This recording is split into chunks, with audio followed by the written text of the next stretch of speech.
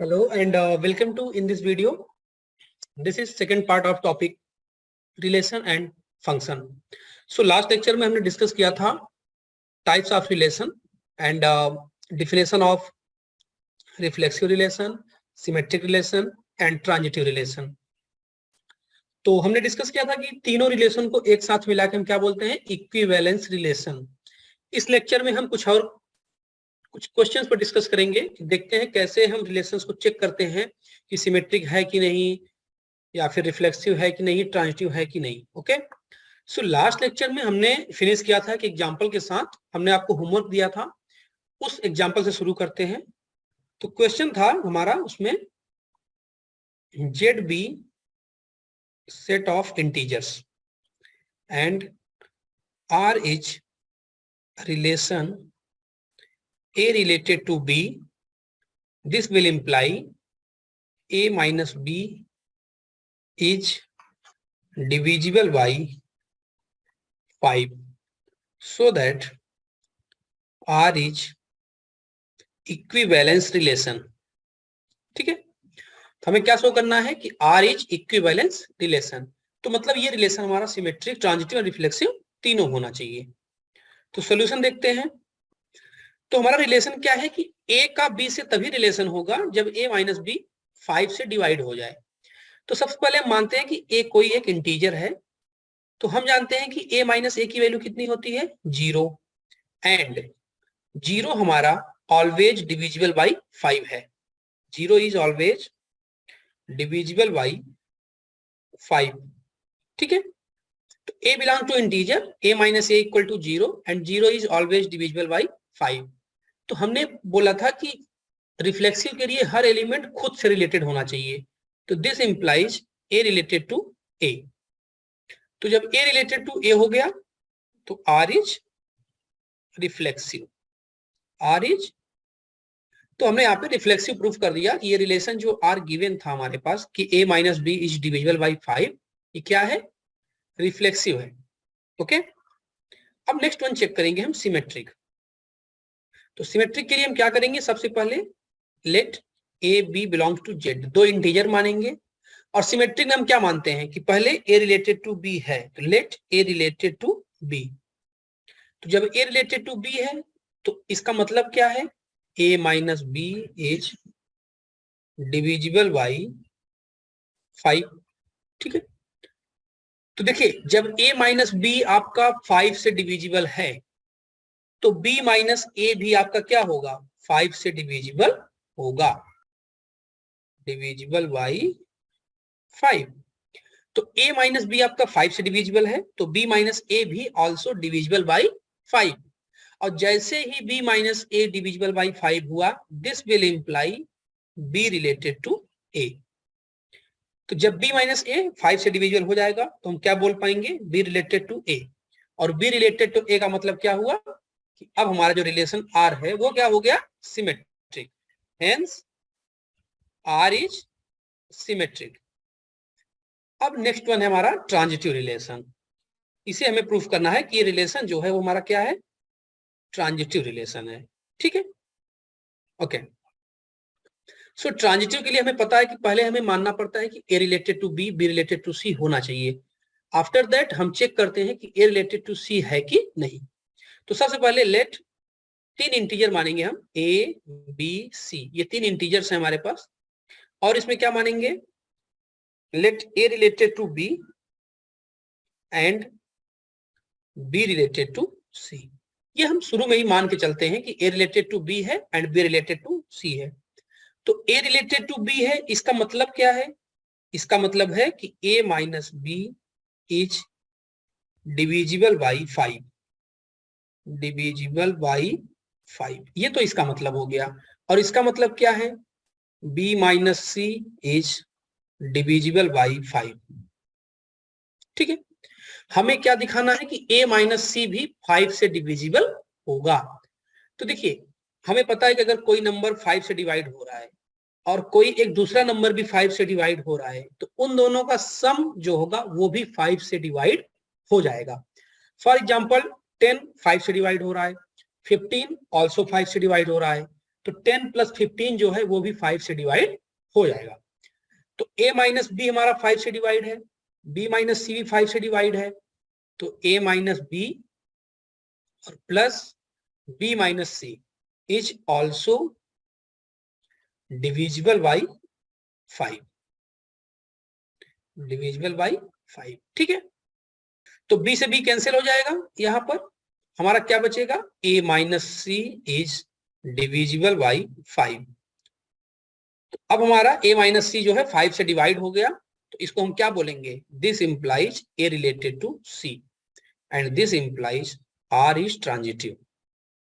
ठीक है, तो देखिए इसमें हम क्या, हमारा प्रूफ क्या था, सबसे पहले हमने चेक किया रिफ्लेक्सिव, उसके बाद हमने चेक किया symmetric, and after that we check transitive. तो अब हमारा रिलेशन जो है वो तीनों है, सिमेट्रिक भी है, ट्रांजिटिव भी है, रिफ्लेक्सिव भी है। तो इसीलिए जो हमारा रिलेशन आर है वो क्या हो जाएगा, equivalence relation. Hence R is an equivalence relation, equivalence relation. आगे हम डिस्कस करेंगे अभी कि इक्विवेलेंस रिलेशन का मेन मोटिव क्या है, वो किससे रिलेटेड है। आगे एक टर्म आएगा आपका पार्टीशन, तो वहां पे हम जानेंगे कि क्या यूज है इक्विवेलेंस रिलेशन का। अभी तो ऐसे हम बोल देते हैं कि तीनों रिलेशन है तो इक्विवेलेंस रिलेशन है, बट इसका यूज क्या है आगे हम डिस्कस करेंगे उसको। फिलहाल हम एक एग्जांपल अभी और देखेंगे। इस बार हमारे पास क्वेश्चन है, R is a relation, R is a relation on Z set of all integers. ठीक है, तो आर एक रिलेशन है सेट ऑफ इंटीजर्स पर, given by x, y belongs to r। मतलब x और y आपस में रिलेटेड होंगे, कब रिलेटेड होंगे, this double imply x - y का जो मॉडुलस है वो 1 से कम हो या फिर इक्वल हो। तो हमें इसको चेक करना है कि ये रिफ्लेक्सिव, सिमेट्रिक, ट्रांजिटिव तीनों में से क्या क्या है। ठीक है, तो सबसे पहले सॉल्यूशन में हम रिफ्लेक्सिव से शुरू करेंगे। ठीक है, तो देखिए इसमें क्वेश्चन में गिवन क्या है कि दो एलिमेंट x और y जो कि इंटीजर्स हैं आपस में तभी रिलेटेड होंगे जब उनका डिफरेंस का जो मॉडुलस है उसकी वैल्यू या तो 1 हो या तो 1 से कम हो। तो हम जानते हैं कि x - x = 0।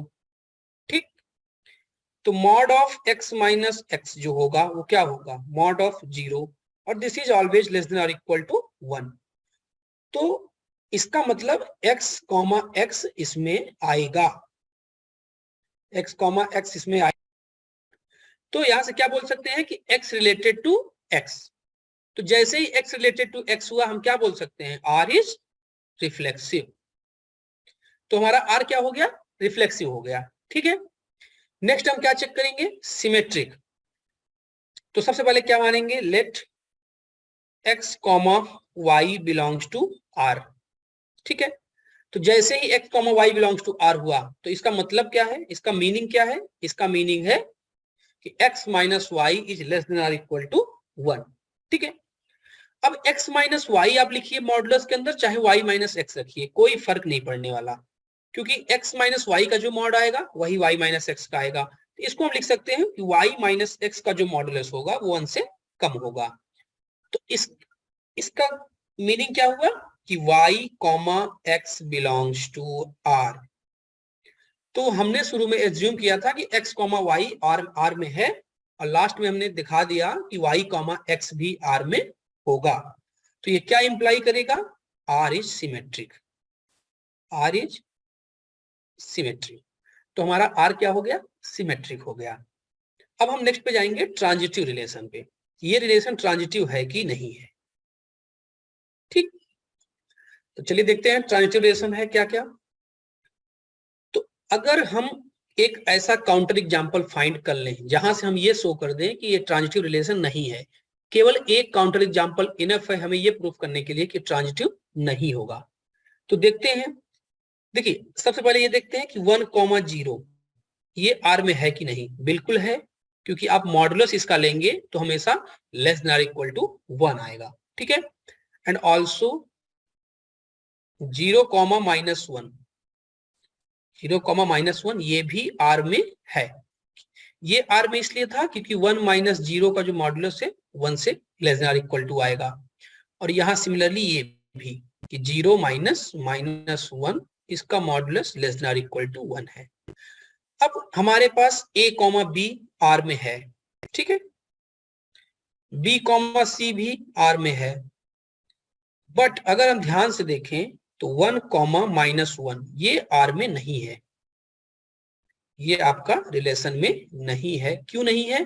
क्योंकि इसका जो मॉडुलस आप निकालोगे वो आएगा 2, और 2 हमेशा 1 से ज्यादा होता है। लेकिन हमारा रिलेशन क्या कहता है कि 1 से कम या फिर इक्वल होना चाहिए, बट यहाँ पे 1 -1 का जो मॉडुलस है वो 2 आ गया, और 2 आने से ग्रेटर देन 1 हो गया। दैट्स वाई ये ट्रांजिटिव नहीं है। So this relation is, so R is not transitive. ठीक है, तो हम एक ऐसा काउंटर एग्जांपल अपने दिमाग में ला सकते हैं, उसको सोच सकते हैं कि अगर एक काउंटर एग्जांपल हमने पा लिया तो वो फेल कर देगा कि एक ट्रांजिटिव रिलेशन नहीं है, या फिर रिफ्लेक्सिव नहीं है, या फिर सिमेट्रिक नहीं है। तो इस क्वेश्चन में जो रिलेशन हमें आर गिवन था, ठीक है, वो कैसा रिलेशन था? सिमेट्रिक था, रिफ्लेक्सिव था, बट ट्रांजिटिव नहीं था। और ट्रांजिटिव नहीं है इसीलिए ये इक्विवेलेंस रिलेशन नहीं है। ठीक है, ओके। सो एक हम लास्ट एग्जांपल पे चलेंगे, उसको देखने के बाद हम कुछ और नए कॉन्सेप्ट सीखेंगे इसमें। तो एक लास्ट क्वेश्चन इस टॉपिक देख लेते हैं रिलेशन पे हम। सब S be a relation on R set of real numbers। ठीक है, S हमारा क्या है? रिलेशन है R पे, सेट ऑफ रियल नंबर्स पे, और है क्या? Given by A, B relation में होगा, A, B रिलेशन में होगा अगर इफ AB की वैल्यू ग्रेटर देन और इक्वल टू 0 हो। तो हमें चेक करना है कि क्या ये रिलेशन सिमेट्रिक है, ट्रांजिटिव है, रिफ्लेक्सिव है, उसको हमें चेक करना है। ठीक है, तो सॉल्यूशन देखते हैं। सबसे पहले हम देखते हैं कि लेट ए कोई हमारा रियल नंबर है, ठीक, तो a इंटू ए हमेशा क्या होता है? ए स्क्वायर। ए इंटू ए क्या होगा? A square. और ए स्क्वायर की वैल्यू हमेशा greater than or equal to 0, क्योंकि हम जानते हैं किसी भी रियल नंबर का स्क्वायर करेंगे तो उसकी वैल्यू या तो 0 होगी या 0 से ज्यादा होगी। तो इसका मतलब यहां से क्या आ गया कि a, A belongs to R. जैसे ही a, A belongs to R हुआ तो हम क्या बोलेंगे? R is reflexive. ठीक है, तो ये तो हमारा हो गया कि आर हमारा क्या है? रिफ्लेक्सिव हो गया। अब हम देखेंगे इसमें सिमेट्रिक देखेंगे।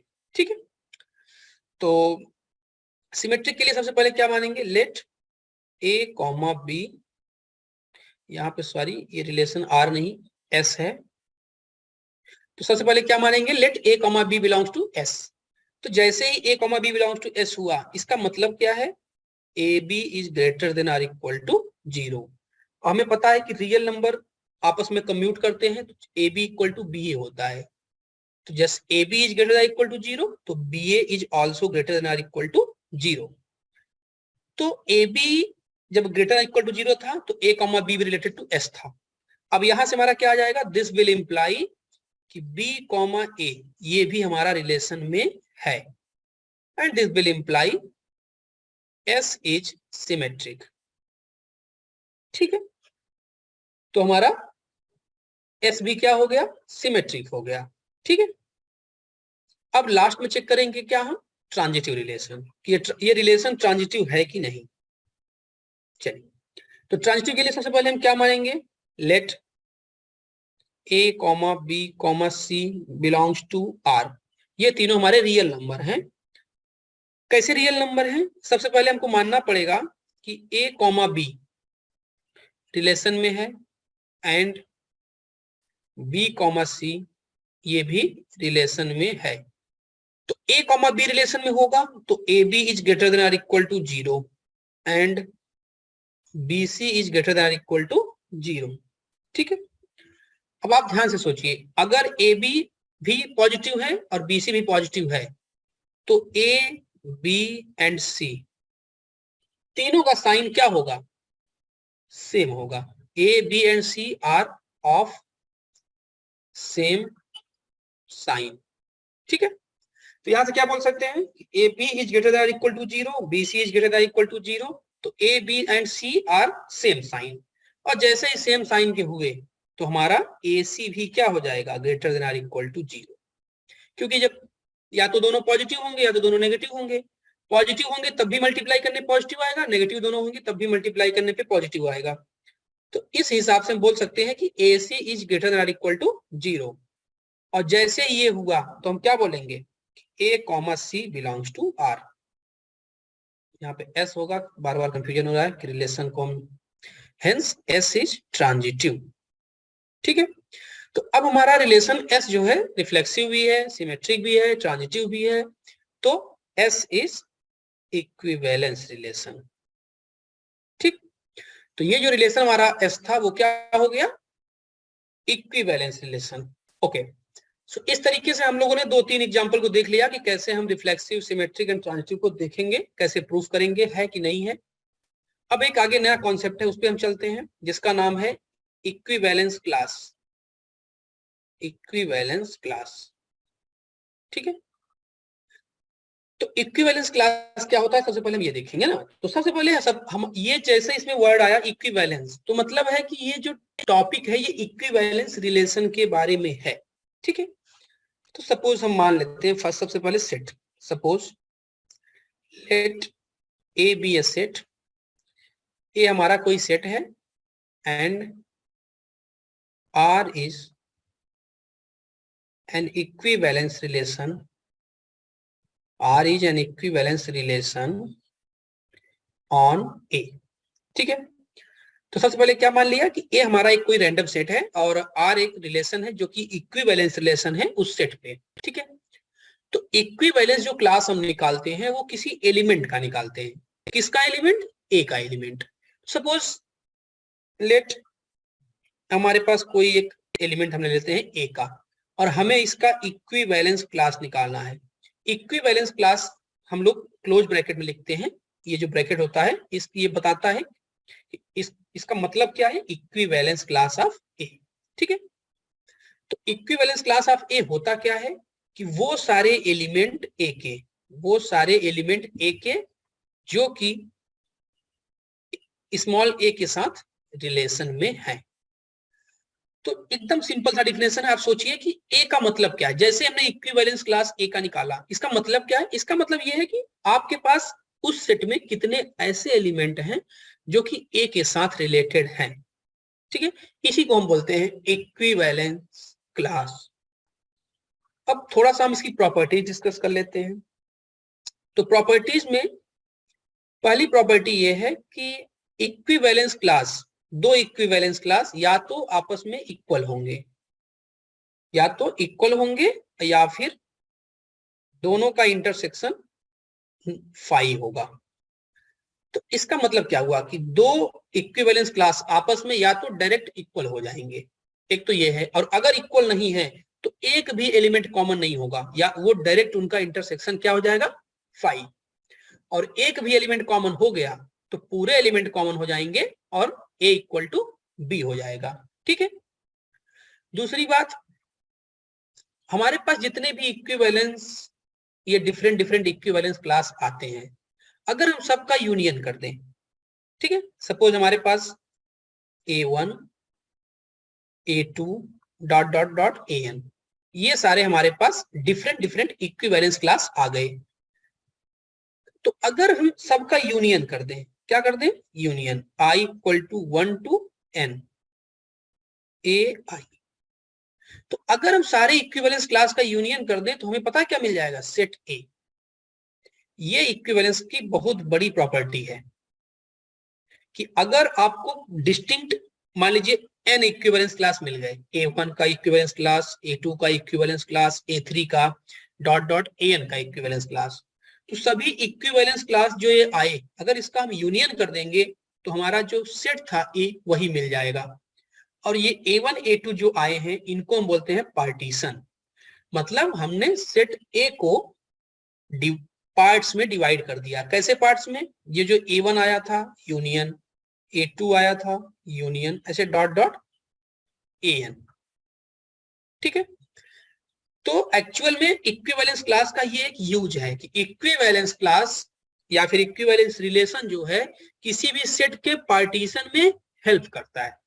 ठीक है, तो आपको किसी सेट का अगर पार्टीशन करना है तो आपको इक्विवेलेंस क्लास के हेल्प से आप उसका पार्टीशन कर सकते हो। अभी हम एक छोटा सा एग्जांपल लेंगे इसको समझने के लिए। ठीक है, एक छोटा सा एग्जांपल लेते हैं। सपोज हमारे पास सेट ए है जिसमें 3 एलिमेंट्स हैं 1 2 3 और एक रिलेशन हमने इस पे डिफाइन किया है। रिलेशन में कौन कौन से एलिमेंट है? 1, 1, 2, 2, 3, 3, 1, 2, 2, 1, 3, 1, 1, 3, ये हमारे पास एलिमेंट्स हैं। तो क्लियरली हम देख सकते हैं कि ये जो रिलेशन है ना 3, 2 भी ले लेते हैं, तो ये रिलेशन जो है हमारा इक्विवेलेंस रिलेशन है। क्या है? Equivalence relation. चलिए इसको थोड़ा सा हम और सिंपल बना देते हैं, कुछ और एलिमेंट्स कम कर देते हैं, इतना ही रखते हैं 5 एलिमेंट्स। तो ये हमारे पास एक रिलेशन है जो कि आप क्लियरली देख सकते हैं, रिफ्लेक्सिव, सिमेट्रिक एंड ट्रांजिटिव तीनों है। तो ये क्या है? Equivalence relation. हम क्या करेंगे, हम सभी एलिमेंट्स का यहाँ पे इक्विवेलेंस क्लास निकालेंगे। तो सबसे पहले इक्विवेलेंस क्लास किसका निकालेंगे? 1 का। तो इक्विवेलेंस क्लास ऑफ 1 का मतलब क्या है कि 1 के साथ कितने लोग रिलेटेड हैं। तो कितने लोग रिलेटेड हैं देखते हैं। एक तो 1 रिलेटेड है, ठीक है, और कौन रिलेटेड है 1 के साथ? 2 रिलेटेड है, बस। ठीक है, ऐसे ही 2 के साथ कितने लोग रिलेटेड है देख लेते हैं। तो 2 के साथ 2 है और कोई नहीं, और 1 है। ठीक है, सो जब 3 का इक्विवेलेंस क्लास निकालेंगे तो देखेंगे 3 के साथ कौन कौन रिलेटेड है। तो 3 के साथ कौन कौन रिलेटेड है आप देखेंगे, 3 के साथ केवल 3 रिलेटेड है, तो इसमें एक एलिमेंट आ गया। ओके, अब हमने बोला था कि दो इक्विवेलेंस क्लास या तो आपस में इक्वल होंगे। आप देख सकते हैं कि जो 1 का इक्विवेलेंस क्लास है वो सेम है 2 के, और बाकी 2 का और 3 का क्या है, एक भी एलिमेंट कॉमन नहीं है, इसलिए डिसजॉइंट है। ऐसे ही 1 और 3 का। अब हम क्या करेंगे, हम तीनों का यूनियन करेंगे। 1 का इक्विवेलेंस क्लास यूनियन 2 का इक्विवेलेंस क्लास यूनियन 3 का इक्विवेलेंस क्लास, ये हमारा आ जाएगा 1 2 3, और यही हमारा क्या है, सेट ए। ठीक है, तो यहां से क्या हमने फाइंड किया कि एक पार्टीशन फाइंड किया कि अगर हमें इस सेट का पार्टीशन करना होता तो हम कैसे करते, इस तरीके से कर सकते थे। 1, 2 इधर ले लेते और एक ले लेते 3, तो ये हमारा एक क्या हो गया, पार्टीशन हो गया। और ये पार्टीशन हमें मिला कैसे, with the help of equivalence relation. तो इक्विवेलेंस रिलेशन का एक बहुत ही इंपॉर्टेंट यूज है इक्विवेलेंस क्लास फाइंड करने में और पार्टीशन फाइंड करने में। हम किस सेट में कितने भी एलिमेंट हो उस सेट का हम पार्टीशन कर सकते हैं with the help of equivalence class. ठीक, अब हम स्टार्ट करने वाले हैं टॉपिक फंक्शन, बहुत ही इंपॉर्टेंट टॉपिक फंक्शन। ठीक है, तो सबसे पहले फंक्शन के बारे में ये देखते हैं कि फंक्शन है क्या। तो function is a special type of relation, special type of relation. Function हमारा क्या है, एक रिलेशन ही है बट स्पेशल टाइप ऑफ, मतलब उसमें कुछ और कंडीशन लगाएंगे तब जाके वो प्रिसाइज डिफिनेशन बनेगा फंक्शन की। ठीक है, तो फंक्शन हमारा क्या होता है कि सबसे पहले देखिए, a relation from A to B, a relation from A to B is said to be a function. A relation from A to B is said to be function from A to B if, अब क्या condition होंगी कि कोई relation A से B में function बन जाए। तो पहली कंडीशन ये है कि for each A belongs to A, for each A belongs to A there exists there exist B belongs to B such that A comma B belongs to F। तो मतलब जैसे ही आपका A में कोई एलिमेंट है तो उधर B का कोई एलिमेंट मिलना चाहिए कि A और B आपस में रिलेशन रखते हो। ठीक है। दूसरी कंडीशन क्या है कि अगर मान लीजिए A comma B belongs to F है and A comma C belongs to F, A comma B भी F में है, A कॉमा C भी, मतलब A B के साथ भी रिलेशन रख रहा है, A C के साथ। तो इस केस में ये फंक्शन तभी होगा जब B इक्वल टू क्या हो जाए, C हो जाए। इसका कहने का मतलब ये है कि कोई एक एलिमेंट दो के साथ रिलेशन, दो अलग अलग एलिमेंट के साथ रिलेशन नहीं रख सकता। अगर A B से रिलेटेड है और A C से रिलेटेड है तो B इक्वल टू C होना पड़ेगा। किसके लिए? फंक्शन के लिए। ठीक है। तो फंक्शन क्या है समझ गए कि अगर एवरी एलिमेंट जो कि हमारे पास A में है, सपोज हमारे पास ये सेट A है और ये B है, हम ले लेते हैं एग्जांपल 1 2 3, इधर ले लेते हैं A B, बस। तो 1 A पे गया, 2 B पे गया, 3 भी B पे गया। तो अब देखिए ये फंक्शन है कि नहीं। तो पहली जो हमारा ये देखिए पहला प्रॉपर्टी जो है क्या है कि सभी एलिमेंट A के कहीं ना कहीं पर रिलेटेड होने चाहिए। तो 1 किसके साथ रिलेटेड है? A के साथ। 2 किसके साथ रिलेटेड है? B के साथ। और 3 किसके साथ रिलेटेड है? B के साथ। तो इसका मतलब पहला कंडीशन तुम्हारा फुलफिल हो गया। दूसरा कंडीशन क्या है कि A comma B belongs to F। तो एक एलिमेंट दो के साथ नहीं जाना चाहिए। यहां पे देखिए 2 किसके पास गया है? B के पास। 3 भी किसके पास गया है? B के पास। तो ये तो कंडीशन फुलफिल हो रही है। हमारी कंडीशन ये थी कि दो अलग अलग एलिमेंट्स के पास एक एलिमेंट नहीं जाना चाहिए। तो यहां पे क्या हुआ है कि 2 एंड 3 दोनों कहां गए हैं? एक एलिमेंट B पर। तो यहां पे ये सेकंड कंडीशन भी हमारी फुलफिल हो गई, दैट इज ये फंक्शन है। ठीक है। तो क्लियर हो गया कि अगर रिलेशन हमारे पास गिवन है तो वो फंक्शन कब होगा? A से B में रिलेशन है तो A का हर एलिमेंट B के साथ रिलेटेड होना चाहिए। और दूसरा ये है कि अगर एक एलिमेंट A का दो B के साथ नहीं रिलेट कर सकता। ठीक है। ये हमारी डेफिनेशन है फंक्शन की। तो एक एग्जांपल देखते हैं। सपोज f हमारा गिवन है 1, 1, 2, 2, 2, 3, 5, 4, 4, 4, 3, 3। ये हमारे पास सपोज गिवन है और A में हमारे पास एलिमेंट हैं 1, 2, 3, 4, 5 और B में हमारे पास एलिमेंट हैं सेम 1, 2, 3, 4, 5।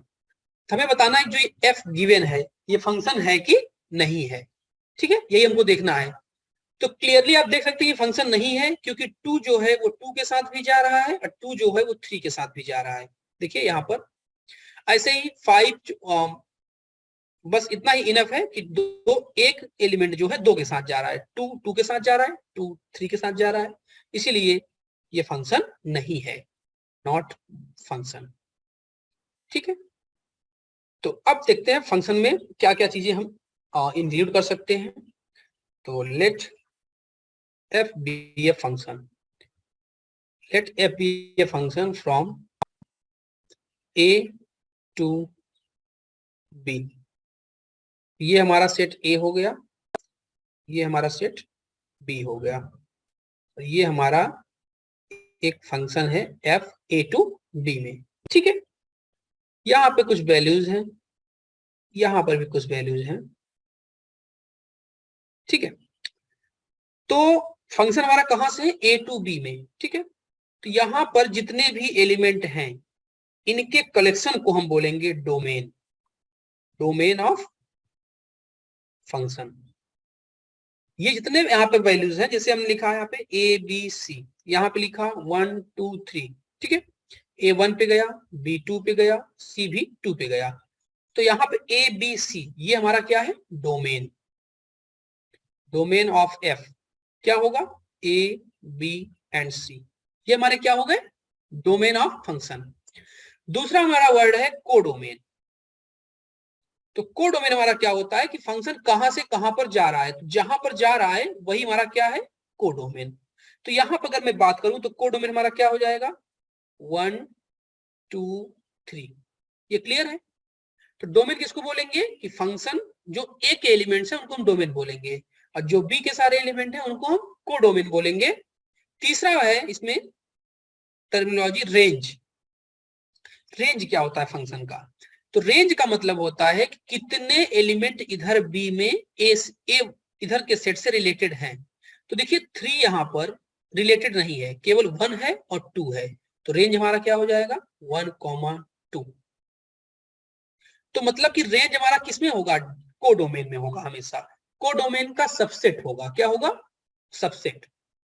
तो यहां पे लिख सकते हैं हम कि range is subset of codomain, क्योंकि हमेशा ये जो रेंज होगा वो कोडोमेन के ही अंदर होगा, इसीलिए सबसेट होगा। तो इस जो पर्टिकुलर हमने जो एग्जांपल लिया है इसमें हमारा डोमेन क्या है, एबीसी, रेंज क्या है 1 2, कोडोमेन क्या है 1 2 3, ठीक है। तो ये 3 नए डिफिनेशन आ गए, डोमेन, कोडोमेन, रेंज। ओके, अब थोड़ा सा हम ग्राफिकली देखते हैं कि हम कोई ग्राफ हमारे पास पता सपोज गिवन है, मान लीजिए एक ग्राफ हमारे पास ये गिवन है, ठीक है, और एक हमारे पास ग्राफ ये गिवन है। तो हम कैसे पता करें कि ये दोनों ग्राफ जो हमारे पास हैं, मान लीजिए किसी न किसी के इक्वेशन होंगे, ये इक्वेशन के ग्राफ बने हुए हैं, ये आपका वाई एक्सिस है, ये आपका एक्स एक्सिस, यहाँ पे एक्स एक्सिस और वाई एक्सिस। तो मैं जानना चाहता हूँ ये जो ग्राफ बने हुए हैं, क्या इस ग्राफ को देख के हम बता सकते हैं कि ये फंक्शन है कि नहीं है, ठीक है। तो हमें फंक्शन के बारे में पता करना है। तो देखिए फंक्शन में हमने क्या बोला था, एक एलिमेंट 2 के पास नहीं जाना चाहिए, ठीक है। तो इसको ऐसे बोल सकते हैं कि एक x के लिए आपको 2y नहीं मिलने चाहिए, एक x के लिए 2y नहीं मिलने चाहिए, ये फंक्शन की कंडीशन होती है। यहां पे हम क्या करते हैं कि इसको टेस्ट को हम बोलते हैं वर्टिकल लाइन टेस्ट। क्या बोलते हैं, वर्टिकल लाइन टेस्ट। इस टेस्ट के हेल्प से हम चेक करते हैं कि given graph is a function और नॉट। इसमें हम करते क्या है, हम एक वर्टिकल लाइन खींचते हैं, कहीं पर भी आप खींच दीजिए वर्टिकल लाइन, मान लीजिए हमने एक वर्टिकल लाइन खींच दिया। अगर ये वर्टिकल लाइन ग्राफ को केवल एक बार कट करता है तो फंक्शन होगा, और एक से ज्यादा पॉइंट्स पे कट करता है तो वो फंक्शन नहीं होगा।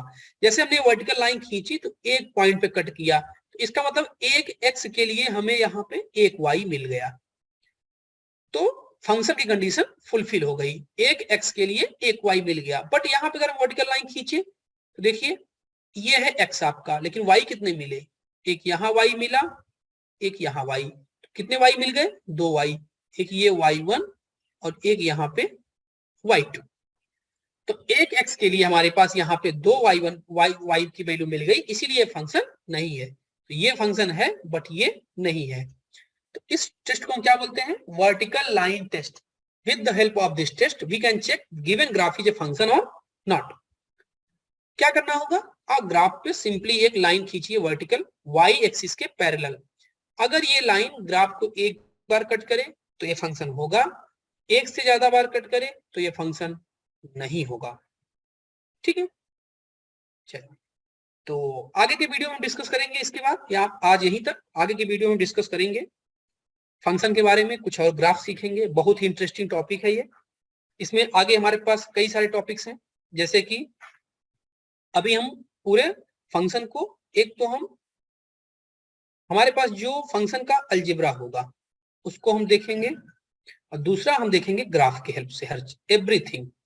अगर आपका फंक्शन काफी स्ट्रांग है तो आप कैलकुलस में हमेशा स्ट्रांग रहेंगे, उसमें limit, continuity, differentiability, integration, area bounded by curve and differential equation, all this things you can handle easily. तो और दूसरा है हमारे पास types of function, types of function.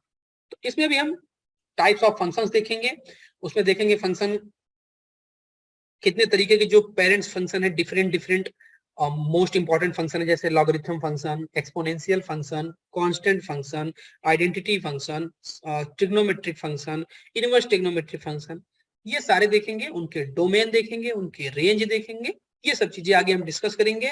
और हम साथ में ग्राफ बनाना भी सीखेंगे, जिससे आगे के चैप्टर्स में हमें हेल्प हो।